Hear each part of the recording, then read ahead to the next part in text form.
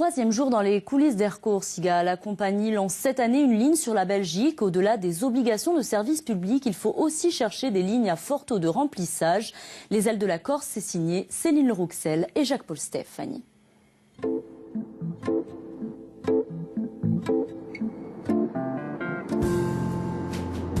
Le vol vers Paris. Sur l'année, c'est 20% de résidents contre 40% sur le bord à bord. Mais la compagnie se sent aussi pousser des ailes et regarde vers l'Europe.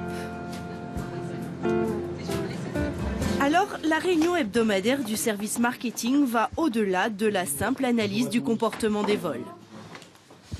Bon alors, aujourd'hui, l'ordre du jour, c'est Charleroi. Il faut vraiment qu'on travaille dessus. Un prix d'appel attractif de 39 € l'aller simple, taxes comprises, du lot offert qui vise un taux de remplissage de l'ordre de 80%. Ils n'ont pas vraiment droit à l'erreur.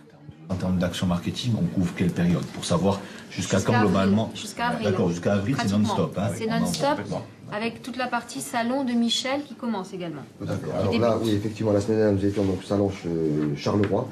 Et nous avons aussi la grosse opération avec l'agence du tourisme sur le salon du tourisme de Bruxelles qui sera lui un grand public. Donc là on monte et on sort l'artillerie lourde.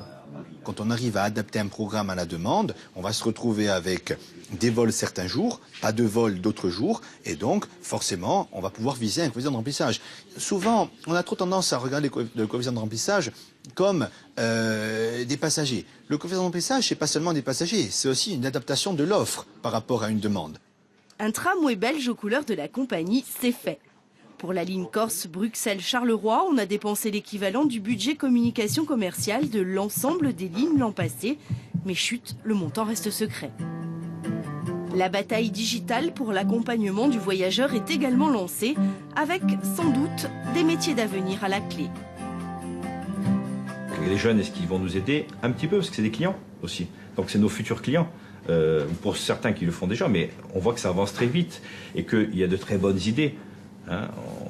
On voit d'autres compagnies aériennes qui créent des hackathons pour faire qu'à un moment donné, ces jeunes-là s'impliquent, apportent de la valeur ajoutée. Et nous, on va tendre, bien entendu, vers ce style de projet. L'appel à des hackers pour développer le voyage connecté n'empêche pas le contact direct avec les agences. Mesdames, bonjour.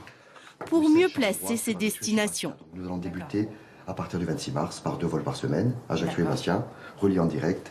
Et ça ira jusqu'à 9 vols par semaine sur le mois de juillet. Et la nouveauté aussi. Mais depuis 9 mois, la vraie nouveauté, c'est qu'Air France ne gère plus la billetterie de la compagnie régionale. Une indépendance qui amène économie de service et trésorerie directe, mais pas seulement. Après 28 ans d'existence, nous assurons 100% de la commercialisation de nos billets sur le marché France, belge et luxembourgeois. Ça change quoi ? Ça change quoi? C'est avoir la maîtrise de 100% de ses passagers, connaître 100% de ses clients. C'est la richesse, le client, aujourd'hui. On le connaît et on le reconnaît surtout. Mieux connaître le passager pour mieux le servir. Car au-delà des obligations de service public, il y a l'obligation de résultat tout court.